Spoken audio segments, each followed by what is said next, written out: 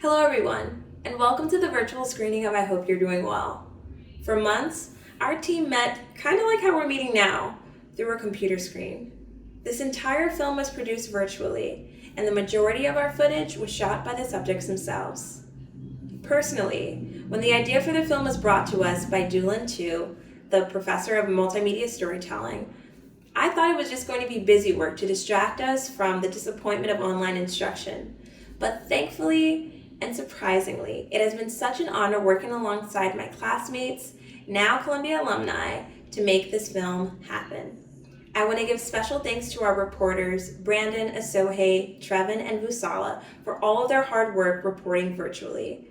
I also want to give a special thanks to our editors, Kinga, Xavier, and Jackie, for all of their hard work weaving these stories together. I am so proud of our entire team for making this project happen. I hope you guys enjoy the film, and I hope you're doing well.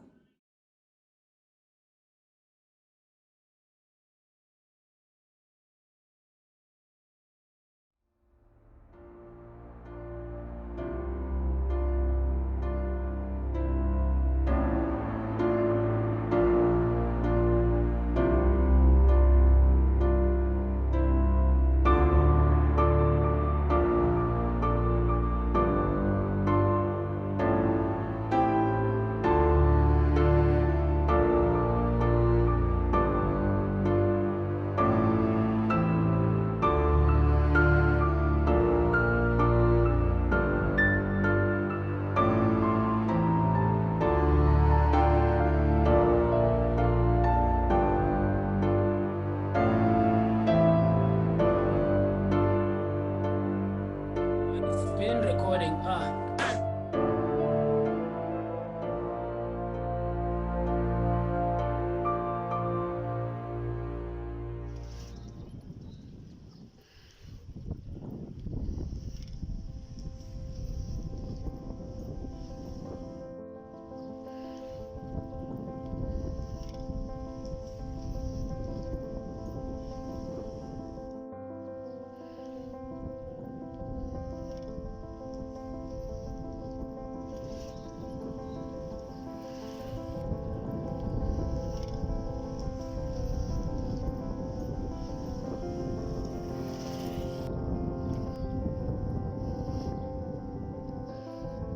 I'm going to the market now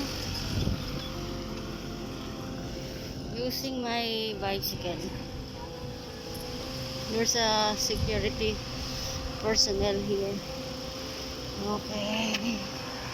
Hello sir, good morning po.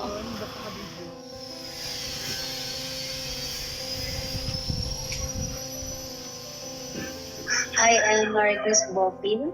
I live in Manila, Philippines. I am 39 years old. 1 in 5 people in the Philippines lives in extreme poverty. And with a population density twice that of New York, the Philippine capital is in crisis because of the coronavirus pandemic. I am full-time mother and housewife, taking care of my husband and my 3 children. Pababa lang. Before COVID, I am a seafood seller in the restaurant. When the restaurant closed, I didn't have a job. I'm the only person that can make money. My husband can't work because he was hit by a taxi and he lost his leg. So I have to work.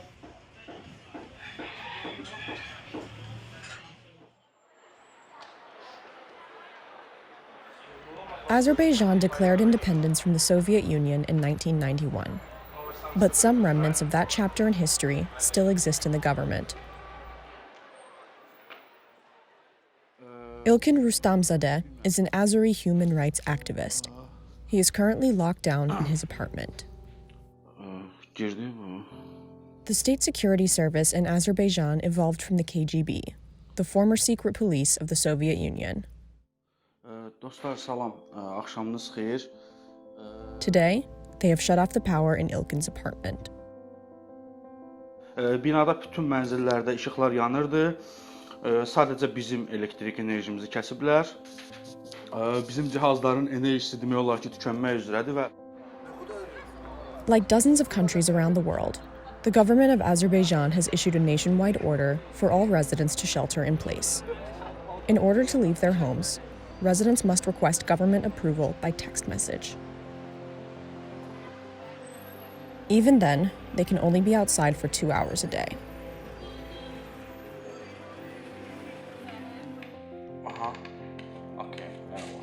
Mən həmin nömrəyə SMS göndərdim. 25 dəqiqə sonra blokun ağzına polislər gəlmişdilər. Yəni sosial müavinət üçün və ya sosial nizam üçün nəzərdə tutulan bir sistem hal-hazırda siyasi repressiyalarda iştirak edir. Çölə gəzməyə çıxa bilmirəm. Ümumiyyətlə o karantin qaydalarının o yumşaq tərəflərinin heç birindən istifadə edə bilmirəm.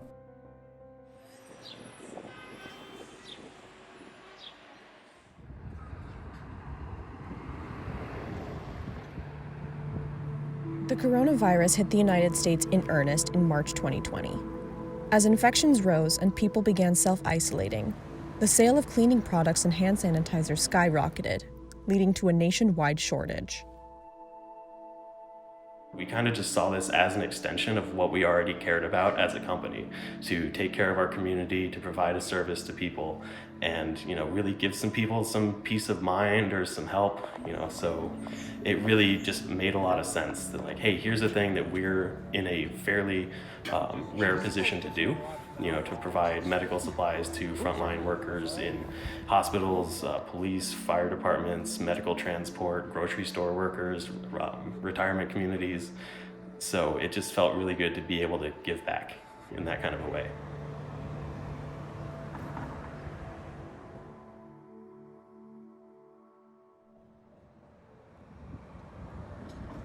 In March, South Africa declared a national state of disaster and ordered a nationwide lockdown. Every commercial and public place was ordered to close. All international and domestic flights were canceled.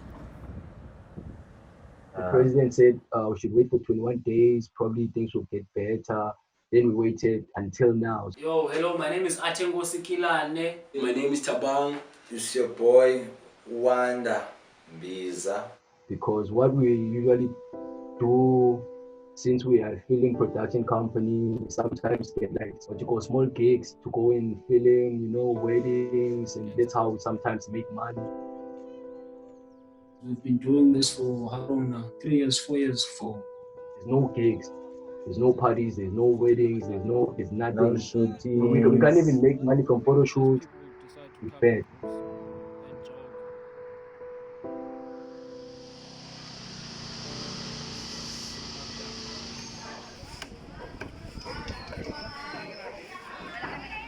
For people like Marie Chris, a choice must be made. Show up to work and risk contracting the virus, or stay home with no income and no food.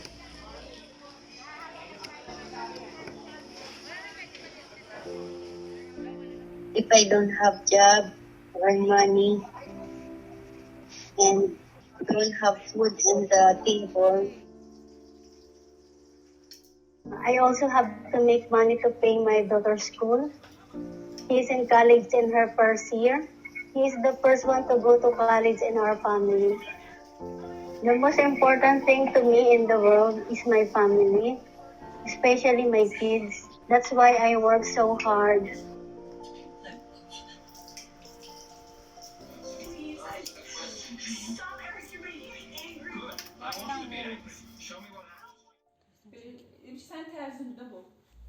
In Baku, Ilkin and his fiancée Emin were in the middle of planning their wedding when the pandemic hit.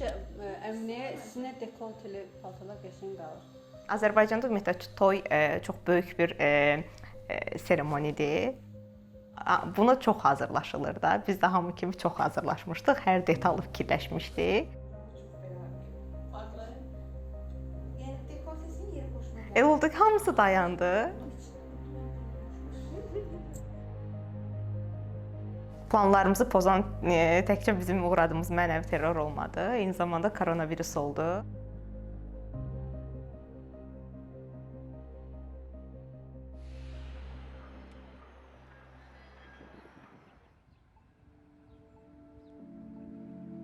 hand sanitizer was being bought right off the shelves as soon as a number of stores were stocking it.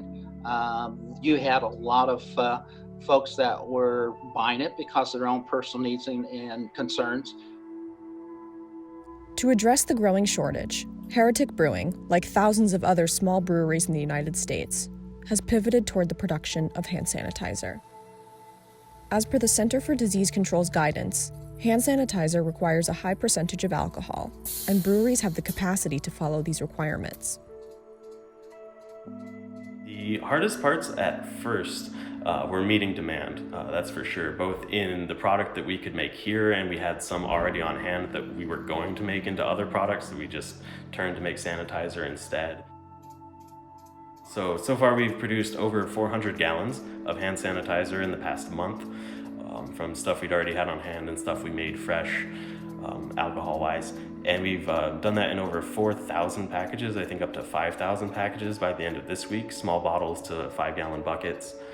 And every day we're on track to make about 20 gallons of fresh hand sanitizer, which, if using our 2.2 ounce bottles, is 1,600 bottles.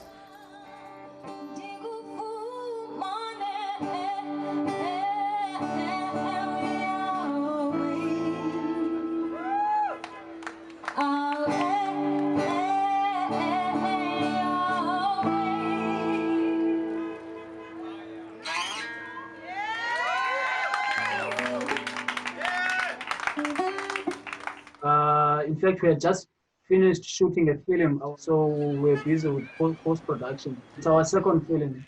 It's set in Port Elizabeth, KwaZakhele, and Zwide Township. The film is more about social justice, survival, and also the importance of family, loyalty, and the township lifestyle.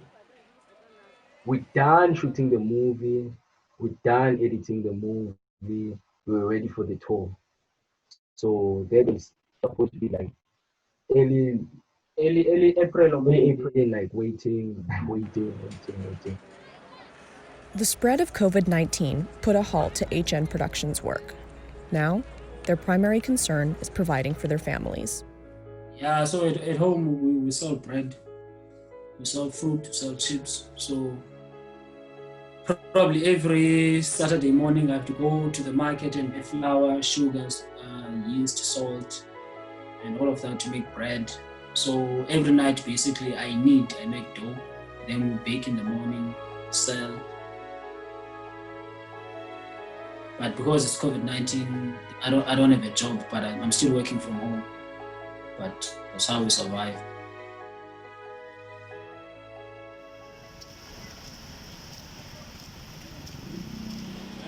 Dapat pala dito ka sa kabila. Mother na. Kuhanin mo na yan, ga. 150 na lang After COVID, I found a job buying food for people at the wet market, which we called palengke. I have 3 orders per week. I charge my customer a small fee every order. They pay me at the mobile banking. It's not enough, but I'm very thankful that I have a job like this in the time of crisis. To pay my bills, I need to earn 30,000 pesos or $600 per month. In April, I only earned 10,000 pesos going to the wet market. It was not enough. Don't have savings or extra money, so I need to work every day to support my family. The wet market is crowded and dangerous, and no social distance, and I'm afraid of that.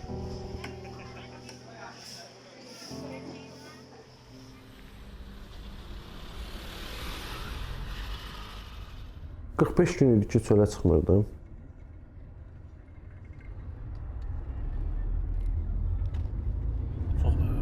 həbsxanadan çıxanda da belə bir şey hiss eləmişdim. Onda düzdür, yəni qat-qat böyük müddət idi də, yəni 6 il. In 2012, widespread government corruption led to the deaths of more than 77 Azerbaijani soldiers. Ilkin organized a protest in response. Tək başıma spontan olaraq bu aksiyaya qərar verdim və hardasa 10.000 civarında da insan gəlmişdi həmin aksiyaya.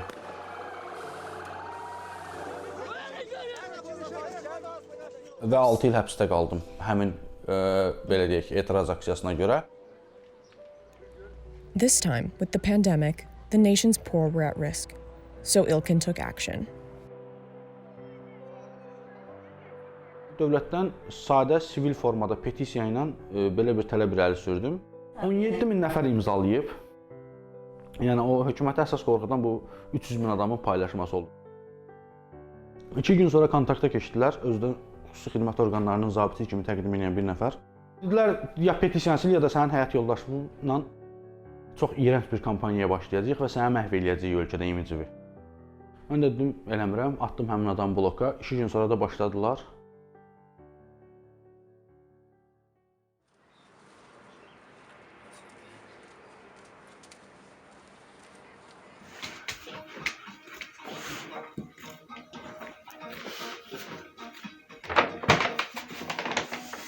Now you are the person that's responsible for providing for the roof. And we wish we could invest more in our own production, but we know that there are certain things that we cannot do because of the responsibility to take care of our kids, families, you know, extend like family members, your mother. Something that you want you want to do. Just that now we are looking at ways of getting multiple streams of income, you know, so that we are able to take care of that with ease.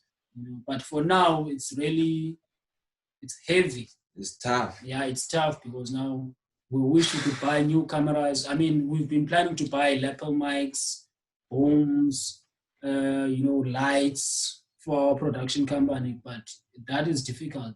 I love to see myself doing what I'm doing and not being stressed about going to work or being stressed about working tomorrow and not having food. I just want to write movies and produce and help other people, you know. That's what I want to do. That's my goal.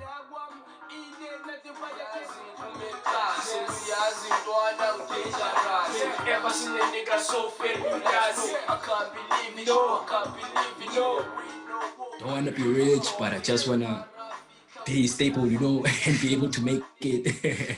Yeah.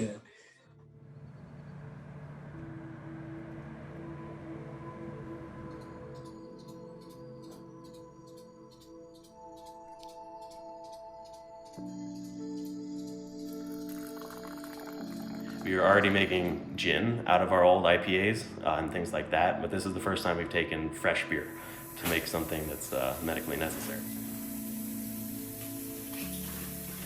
Training new employees very quickly because we had that demand in such a rush. I had trained people in about 1 week and then left them on their own to run this whole machine that is almost dangerous, could catch on fire sometimes. It's very rare, but yeah, so training people up very quickly was really tough. Getting people from other departments who'd never distilled before to do one of the hardest methods of distilling. To get pure alcohol, you have to run the still perfectly, so that was tough.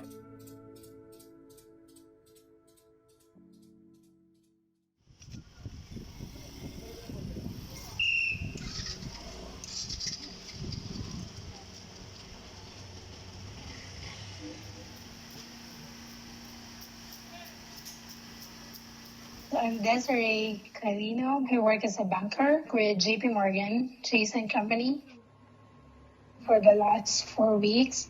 Mary Chris has been helping me to get the stuff from Wet Market.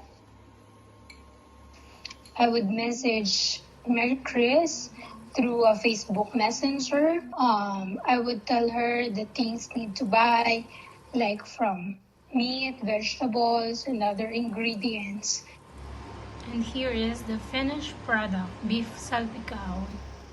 after she finishes from the market, she booked a rider in the mobile application called Grab. So once the Grab has already arrived, it would message me that the food or the stuff is already available for pickup outside of my building. Kuya is putting some alcohol.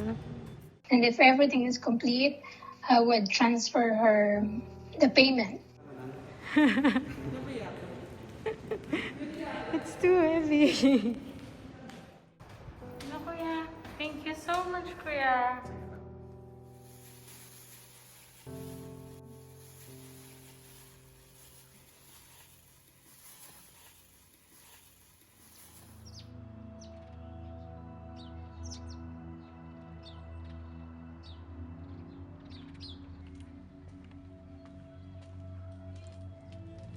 Now there's nothing to edit, there's nothing to shoot, so just sleep, watch movies, we gather, then try to work on our show. We call it Darklight Poetry Section.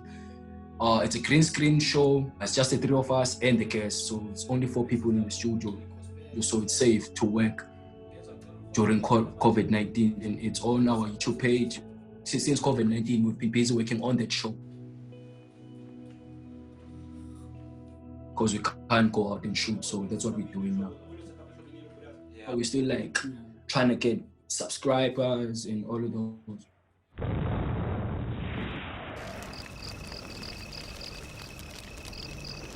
Look, I've been on these stages. Through these books, I've been on these pages. Welcome back to another Hood Nigga Productions, yo. Go Ati Gelona, we're alive, HNP Studios, as we did. Today we are bringing you another potent content. Namhlanje ngihleli noSandla Lanca, Krimba Krumba, African Warrior. Welcome to the show, Guerrilla.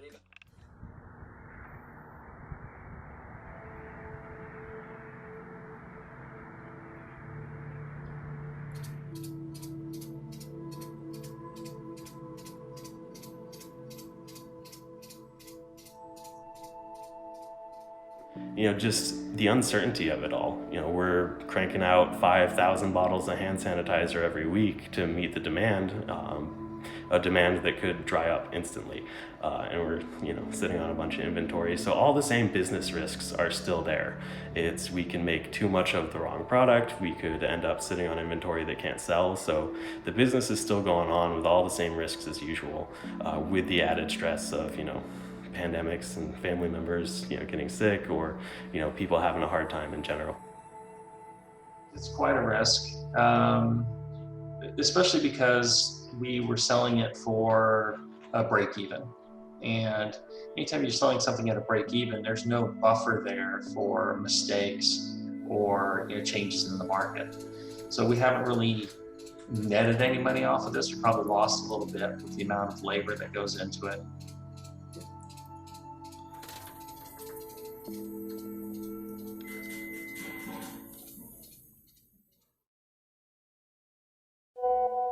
In Azerbaijan, someone leaves Ilkin an anonymous message. İlkin istəmirsən, nəsə nəzdə bilsən, ağıllı ol. Yoxsa səni tutub basaram içəri. Bəs də ölkənin qarşı elədi. Ölkəni ihtişa saldı.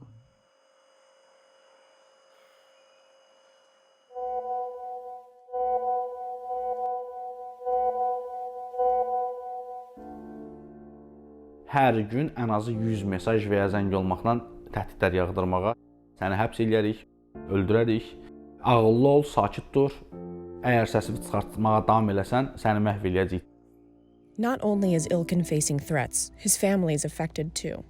In response to Ilkin's activism, the government leaked intimate photos of his wife across social media platforms. Bunun mənə qadın olduğum üçün olunması mənə çox pis təsir edirdi.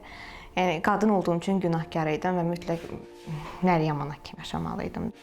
Azərbaycanda belə bir dəyərlər var ki, evlənənə qədər qızın başqa heç kimlə münasibəti ola bilməz. Mənim sadəcə kimləsə durub yanaşı selfie çəkdirməyim belə, yəni bu mənim əxlaqsız bir olduğum anlamına gələcək. Yəni bu çox çətin bir şeydir bundan yaşamaq.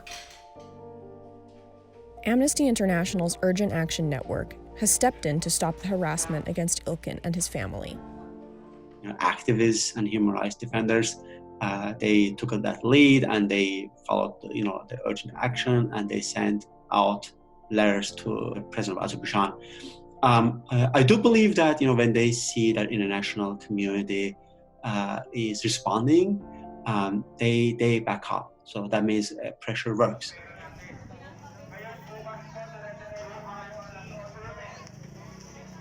Unemployment in the Philippines has reached record highs. According to a government report, at least 7.3 million people said they lost their jobs and filed for financial support. The government gave a financial assistance only at the poorest of the poor. I received only a food.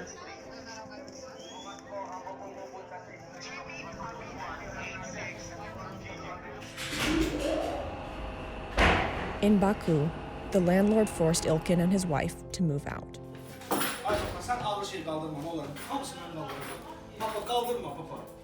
Mən hər ehtimala qarşı hər hansı bir polis baskını falan ola biləcəyini düşünmüşdüm.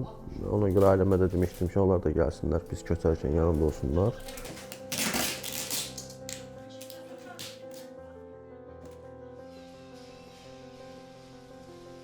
Ilkin gets a call from the new landlord.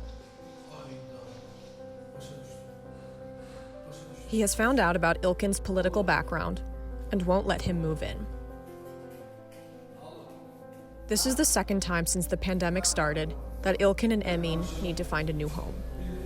Now, they have to start the search again. Atam ev sahibinə, daha doğrusu ev sahibinin yaxın qohumuna məndən bağlı detallı məlumat verib, mənim kim olduğumu danışıb və bu biraz problem yaratdı. İndi də hələ də sual altında da bilmirik, yəni necə olacaq, nətər olacaq.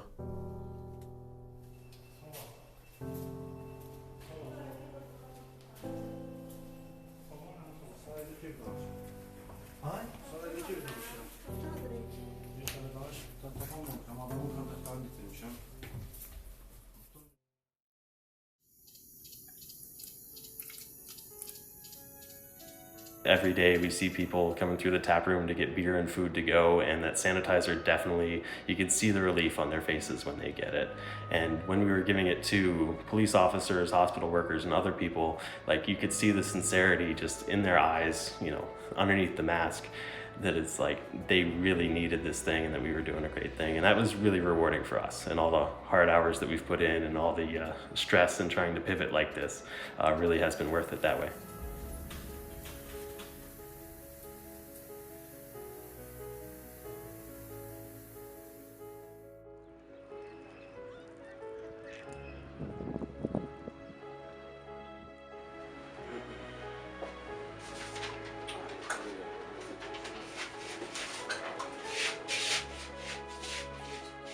I need to tell stories of others. Yeah. Stories are told about us, but they're not really for us. I want to tell our story in our own way, the African story, through music and movies.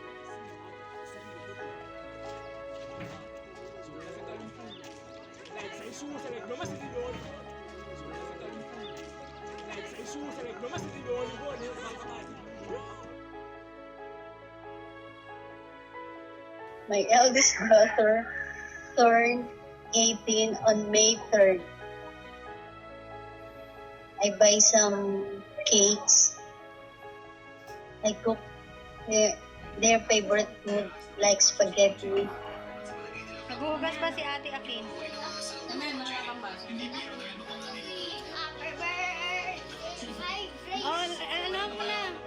Maybe the next month, I'll give her a gift. For me, I don't have idea what to expect.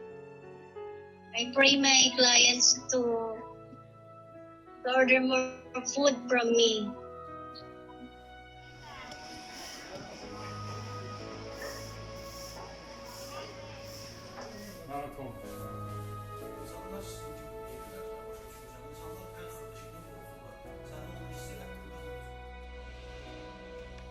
onlar üçün, cəmiyyət üçün elədiyimiz işləri dəstəkləməkdən, ona hansısa bir rəğbət bildirməkdənsə daha çox bizi sorğulamaq yönümlü belə deyək, düşüncə içindədirlər və belə olan şəraitdə insan özünü biraz çarəsiz hiss edir.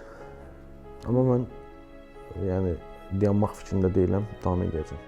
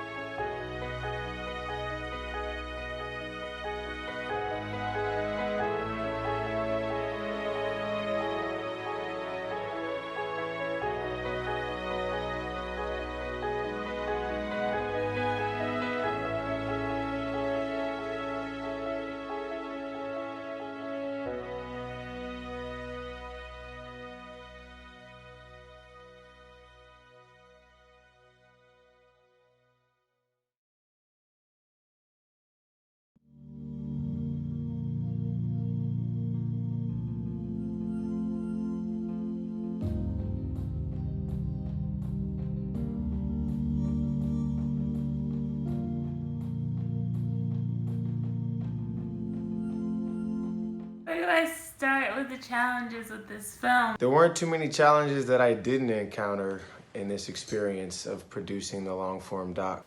In our class, I just grew so close to everyone, and we loved being together and learning, filming. So to not have the ability to be face to face anymore was a massive transition when trying to collaborate for a project on this scale and size. I would have to get up at like 3:30, 4 to get ready for our interviews, which would be about like 10 or 11 their time. And we would often do them via Zoom, but if it wasn't for me not being able to hear them and them not being able to see me, or me not being able to see them and vice versa, there would be a lot of lag. My story took place in the Philippines, so whenever I wanted to interview my protagonist, Mary Chris from the Philippines, I had to resolve that 12-hour time difference, which either meant she was talking to me really late at night or I was talking to her really early in the morning. When we had the opportunity to do this film,